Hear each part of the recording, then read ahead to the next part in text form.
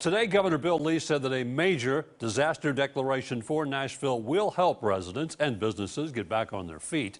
While it is good news, the motive of the bomber will determine how much people receive from insurance and other sources. News 2's Stassi Almos continues our live team coverage from downtown. Stassi?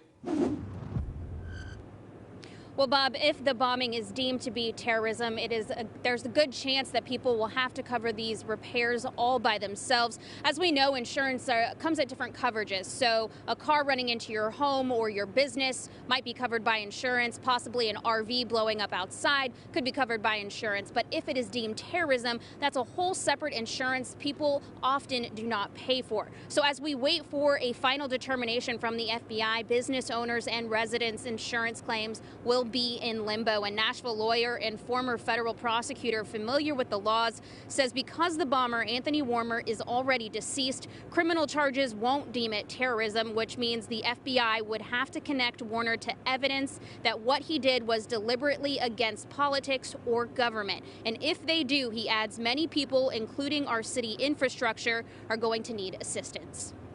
The damage from this attack is on the scale of some of the larger, terror attacks in the United States.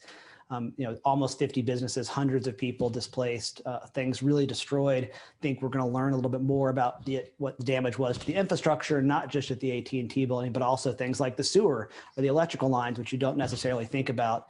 When you take out 2 blocks of downtown and really demolish them, that's tens of millions of dollars of damage, and it's going to take a great deal of time to rebuild. Now, as he estimated there could be tens of millions of dollars in damage. So while President Trump signing off on this disaster declaration is good news, we'll have to wait for the FBI's findings and to see just how much people will need. Reporting live downtown, Stassi Almos, News 2. Thank you, Stassi. News 2 will continue to track the Nashville bombing investigation. Find continuing coverage online at WKRN.com.